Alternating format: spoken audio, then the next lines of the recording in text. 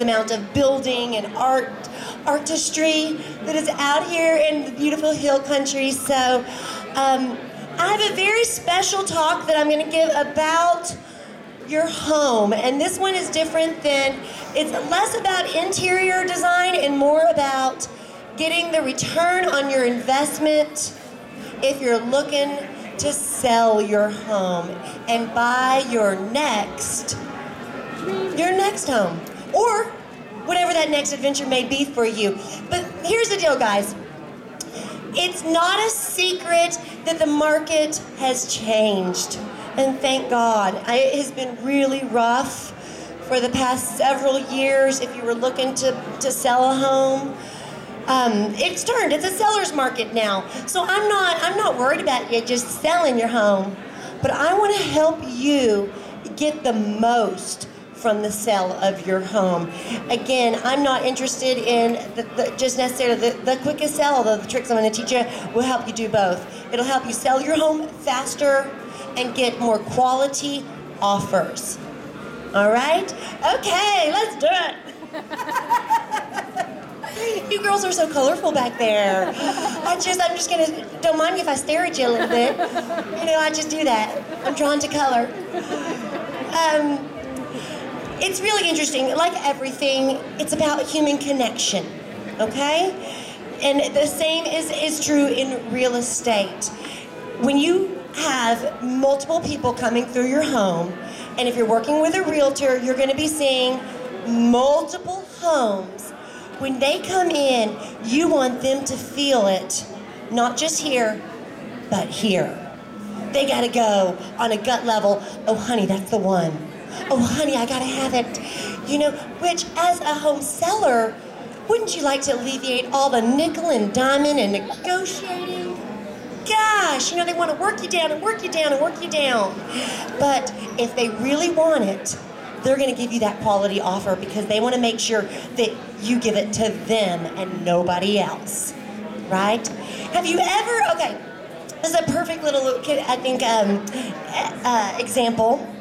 Have you ever been in a relationship with a person that looked and sounded really good on paper, had all the right features, he had the right job, and he said the right things, and he was the right height, and he had all that list that we do of requirements that says, this is my dream guy. But maybe at the end of it, you didn't really feel it in here. You don't feel it in here. It's not gonna work, right? It's not gonna happen. So what we want to have happen is people walk in and feel it right here, because really, there is a really interesting thing, guys. There's a part of our brain, it's the limbic system in your brain that controls behavior.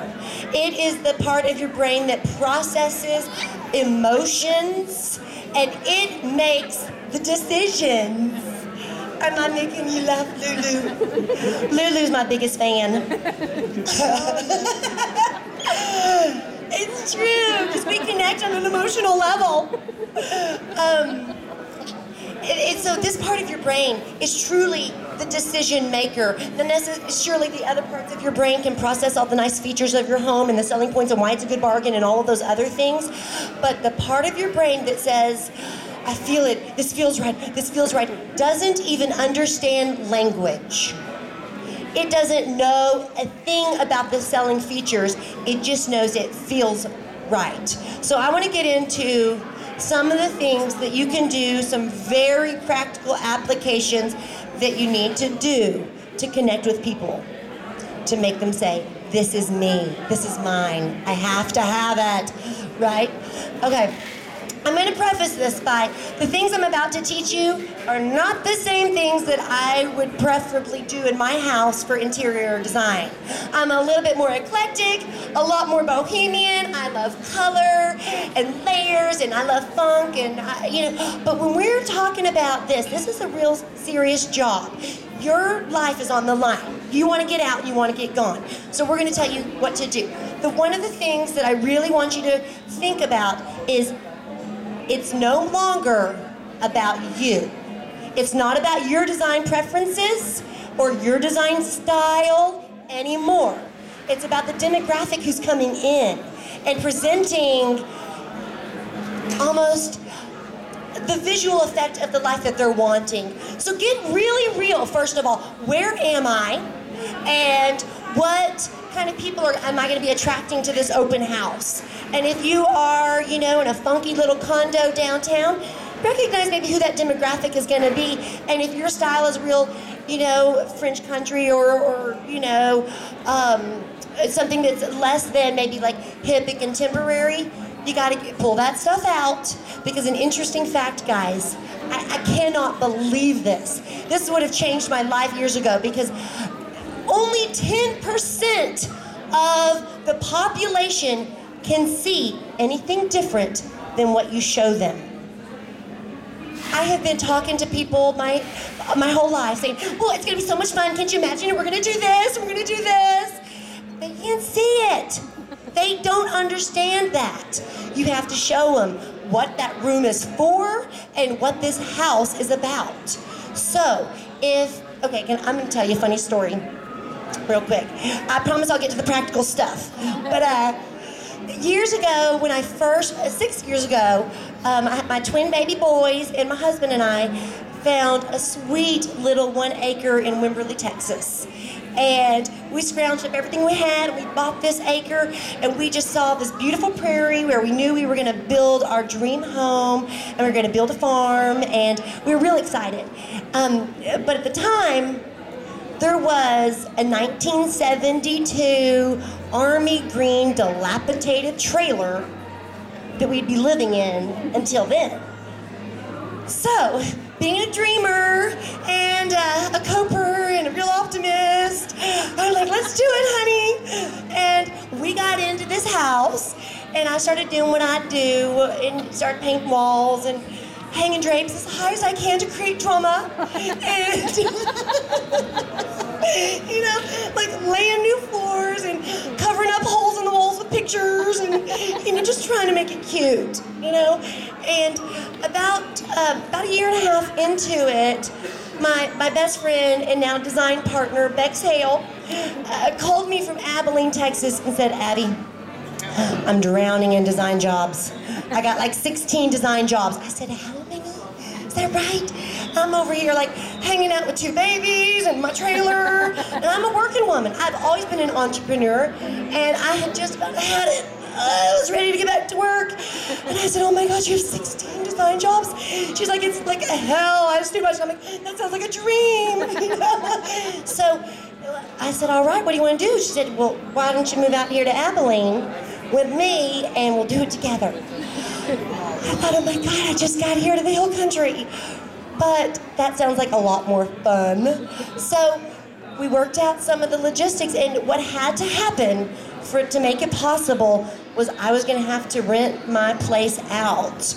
And I really wanted to do it for at least a little over the asking what I had to pay for the place, Inevitably, I'd known that renters are really hard on a place, and I was going to be paying for it one way or the other, so I needed to make it work, and I needed to get somebody in there who was willing to pay more than what I was already paying for the place. You guys, using the tricks that I'm about to teach you, believe it or not, I had a stack of applications with a $25 check per application just for me to please possibly consider renting this place to these people. They walked into my trailer and said, this is it. We want to live here. We want to live here. Please let us live here. Here's $25 just to consider us getting to live here. I mean, it's insane. So if I can do it with a 1972 dilapidated trailer, you can do it with what I'm sure is an already beautiful home, okay? And so here's where I like to start. I like to think of the 5 senses, okay? We know what all those 5 senses are, right? We got our sight, we got our smell, we got our taste. Never underestimate the power of the mouth, the tongue. For instance, the reason everybody's got chocolate and candy at their booths you know? It's not a mistake. They want you to come in, put it in their mouth, and while you're there, have that physical connection that says, this is good, I like you. Right? So we've got the taste, we've got the sound, and we've got the touch. Texture is so important. So when I like to start first by clearing the clutter. Clearing the clutter. And I want to talk to you guys a little bit about what you may think is clutter and tell you that even the things that are beautiful to you, for instance, one of my favorite things to see in a home, like going up a staircase or down a hallway, is a collection of family photos, beautifully framed and even artfully collected. When you're trying to sell your home, that is clutter. Because the number one thing that will turn someone off is when they walk in and they say, this isn't me, this isn't me. You need for them to walk in and say, I can see us in here, honey. Oh, honey, I can see us. Look, we could do something over here. But if they see all of your pictures, it's just not going to feel like them. It's hard. And this is one of the reasons why I think that if you got a buddy who's at all good with decorating and stuff, you need them now more than ever, because I don't care if you're good at it too. You may be good at it, but you are connected to all that stuff, and you've got strong opinions about that stuff. So it's hard, it's so hard to take it down, to take down all the clutter, pull out the stuff from the bookshelves, and just imagine you're decorating a vacation rental. That's what I tell everyone. Imagine you're decorating so that it's clean and sparse. The bookshelves may have like a clock and a few books. Maybe on the next layer, it's got a nice little plant, some more books, and just make it very sparse. Because if they feel you too much in there, they can't feel them. Okay? I want to tell you my pet peeve about clutter too, the biggest pet peeve, because I see people do this all the time, particularly the people that are really proud they've done everything right. They're like, look, doesn't it look so clean? I go, yes, it looks so clean. And then I start opening cabinets. I do. They think that it's okay to they jam stuff in here, and they pack stuff in here, and it's those last minutes, oh God, people are looking for storage in their homes. Everybody wants storage. And if they open the cabinets, even if you've got lots of storage, if those cabinets if they look cramped, if they look overpacked or junky, it says there's not enough storage in this house, off the bat. So, people are nosy. We want to know what's in your medicine cabinet. We want to know what's in that closet. And we will look. Everyone is gonna look. So don't think that you've done your job until even the cabinets and drawers look airy and spacious, okay? Next thing, visual clutter. The first layer fixing is the paint color. I'm a color junkie, so I hate this. I walk into homes that have done it well. You know, they've done it really nicely. But this is vanilla design. You know, you just kind of got to make it feel good and draw the attention to the architecture of the home. And we're going to talk about more what I want you to draw their attention to. But we've got to make it, if it's a powerful like lime green or anything that's really over the top, which maybe with your decor and your layers of decor, oftentimes I can get away with a wild color because I pair it with a deep leather brown sofa and some other things, you know. But if you don't have all of your junk in there, that lime green is going to really, really probably stand out to somebody and possibly scare them away, you know. So we need to get to some nice neutrals. And I really encourage lovely cream off-whites. White, a very big misconception is that white is a neutral.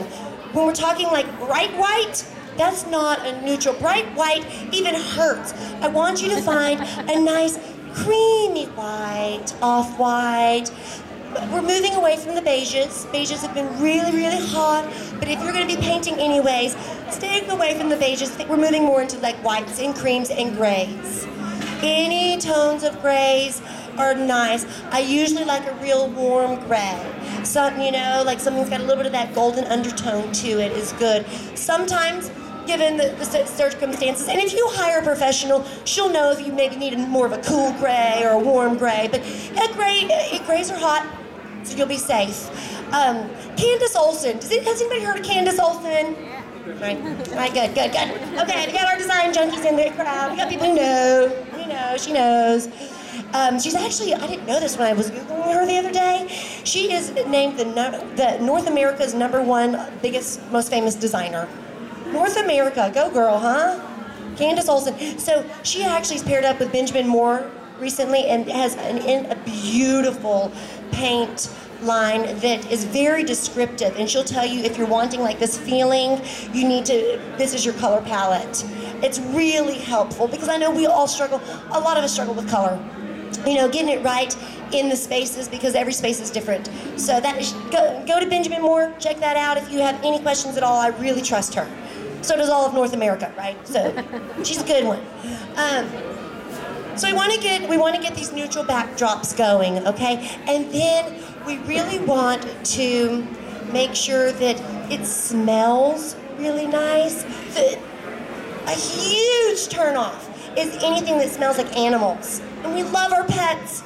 We love our pets. But if I can walk in and I smell cat pee or see dog hair, it's just it's a turn off, And guys, we're talking about making connections. I always think staging and showing your house is very much like dating, You gotta put your best foot forward. And we really don't want to turn them off. So be mindful, you love your puppy dog, but if the puppy dog is going to be a problem while you're showing the house, you have got to eradicate any scent of that. There's a lot of people who, they just have no tolerance for it and it'll turn them off. So, and on the flip side of that, if there's something you want to add for the scent of smell, I love some kind of exotic scents, and I love like there's a sandalwood, and I get a little hippie sometimes, It's a girlfriend of mine, y'all, 20 years ago, we've been hanging out. She's here at the show. This show has been magical. So I love the exotic scents, but I tell my realtors that they need to go with vanilla. It's vanilla design, and vanilla has been proven to evoke a sense of comfort. And that's what we want this home to say. This home is going to comfort you. So, let's do it. Let's go get those Scentsies. She's back there. I see Miss Scentsy girl. Get yourself some vanilla and get it going in the house. I was talking to Joe over here at Sotheby's at the real estate. He says all of his realtors literally bake the cookies in the house. They do it. And these guys are selling $1 million homes, and their realtors are doing it. They go in and they bake the cookies. It's because these things, they work. So we need to attract you and make you feel comforted in that way. Here's my other one I love. Sound, when we're talking about sound. It's the first thing that sets a tone at any event that you go to. If I walk up and I hear like some Latina music, I know it's Cinco de Mayo, right? If I hear like a jazzy thing, I feel like I'm at an art event or something swanky. If it's country music, I feel like I'm going to, I'm going to barbecue and we're hanging out and that's what we're doing. Music sets the tone. And that's the thing that we need to do. The first thing, for every party, I make sure there's music outside. So people walk up, they hear the music going. It's like, oh, we're at a party. We're here. We've arrived. And their tone is already adjusted by the time they walk into the door. They are already affected and feeling whatever that level of sophistication or comfort or whatever it is that you're wanting them to feel. They've already sort of adapted to it. There is a station on Pandora called Open House. So it's not the most exciting station.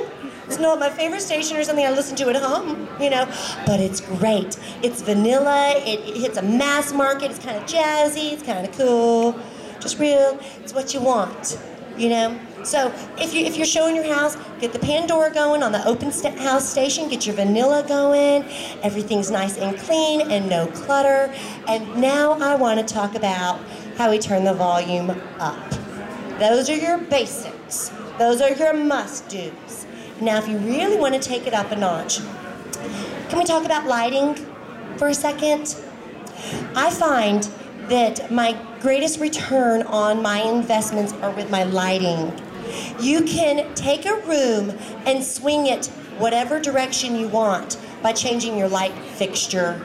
It's so simple. And nowadays, I mean, whether you come out to our shop and we order you something amazing or unique, or you even go down to Lowe's or Home Depot, I'm so impressed by what they have now.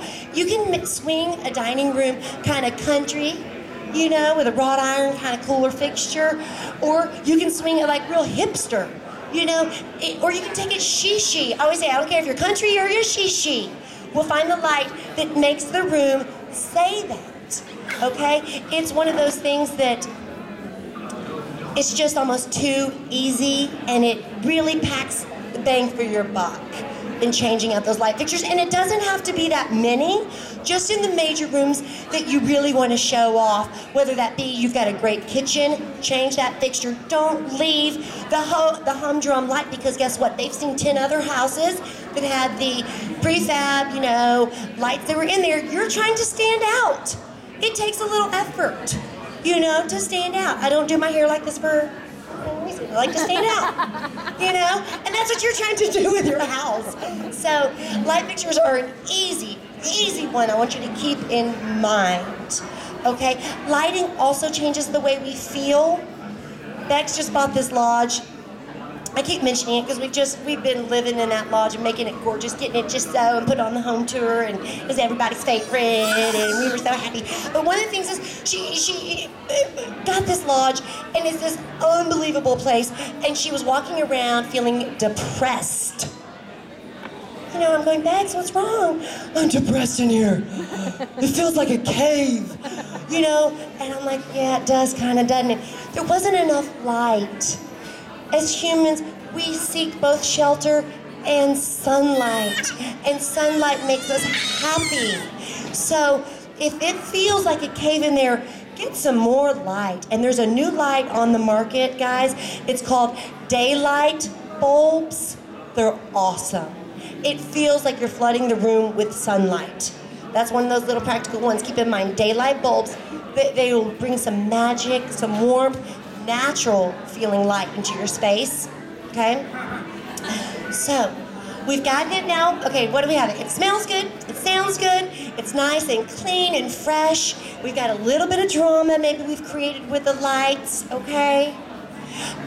The next thing I want to do is I want to talk about texture. Texture, I'm a texture junkie. Even if you're monochromatic and it's all in the shades of white, we've got to have a lot of different textures to make it feel fun.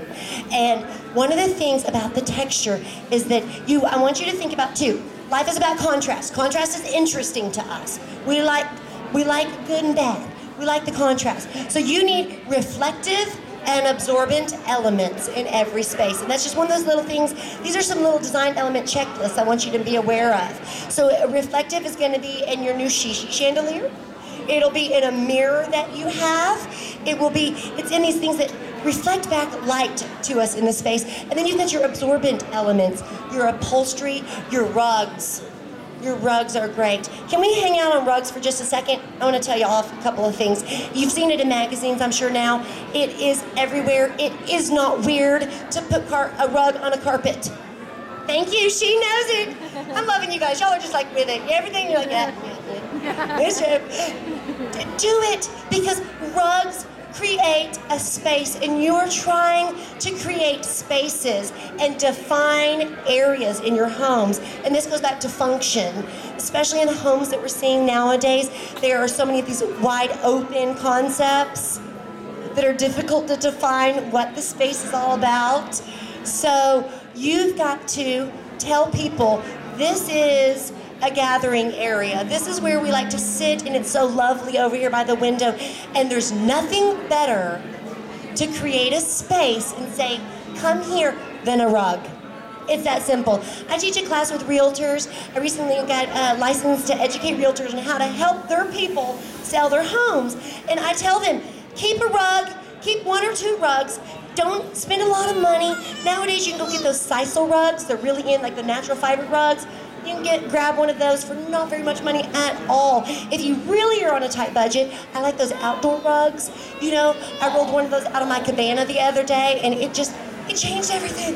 You know, it just says, come here, let's be here. So throw it on the carpet, throw it wherever you are trying to make a gathering area and to define a space. And if you're really cool, want to be really cool, then I want you to layer up those rugs. Because sometimes the very big rugs, really big rugs, are really hard on the pocketbook. And you know, you're not trying to invest a whole lot into this house, you're trying to sell the house. So grab a couple of rugs of varying texture. One of my favorites is like a natural sisal rug and then throw a cowhide on it. Or a natural sisal rug and then another rug. Something that looks more traditional, something with a pattern and something with a solid. Both of those can be very inexpensively just purchased. Grab a couple of them from Home Depot or wherever your favorite hardware store is and layer them up. And now you can kind of expand that seating area to the size that you need without maybe having to buy like, you know, a 10 by 10, a 13, 12 by, you know, they get real expensive, you know. So we're talking about creating spaces there. Oh, I get so excited, don't I? One of the other things that we need to talk about is, while we're talking about defining spaces, is the function. If I can't walk up and tell exactly what that room is meant for, I don't know. And then I can't imagine how I'll live my life in there. If I need to walk up and say, oh, this is the media room. Oh, can't you see it? The boys are gonna have so much fun playing their video games in here, and we'll have parties and watch movies in here. You know, if there's any way, and it doesn't take very much, but you have to define what the space is really meant for. They don't know, you know? And if there's any focal point whatsoever, even a window, and say you've moved out, a lot of people have already left their homes. Just add something that attracts their eye to that focal point. Just kind of pushes that focal point a little bit. I love to have palms. I love to have plants. And this is one of my must-haves, part of one of my must-haves. But if there's a beautiful window or a bay window or something, bring a plant and put it there. Our eye will go to that, and it'll make us feel better. It'll make us focus, and as it'll draw me into the space. Because what you need to do is get them to spend some time in your home, to connect with your home. And if there's nothing that's in that room that's going to draw me into it, I'm going to walk right by it. I'll go, oh, okay. That's one bedroom, that's the other bedroom. Okay, I've seen, and I want to go see the next because you didn't get my attention, right? So I want you to say, what's this room for? Is there a natural focal point? And how can I bring some attention to that focal point? Some little point of interest that will make them come into the room and spend some time in that room. Guys, we're trying to tell a story, basically. I tell people, you've got to expand on their lifestyle in this home. Like, for instance, for me with that old trailer, I found every single selling point. First, I identified who my audience was. And I thought, okay, these are going to be some people who want to get off the grid, who are looking to kind of get out in the country. They probably want to do some farming. They might want some chickens. Painted a little sign. This is so not me. Home sweet home, real kind of country and cute. Hung it on the thing, took a picture. I mean, I had that thing on Craigslist, and I called it like the little happy hippie heaven. And I showed like the beginnings of my garden. And then I talked about how they can garden out here and how I know they're just going to take it to the next level and get to enjoy it. You know, build on those things. All you have to do is give a hint of what could be, and then let their imagination start running. You know, one of my favorite things to do is figure out, this is a real simple one, if you live in kind of a less than extraordinary house that's got its own stories already built into the materials, like this lodge of bags, she always, it's so funny.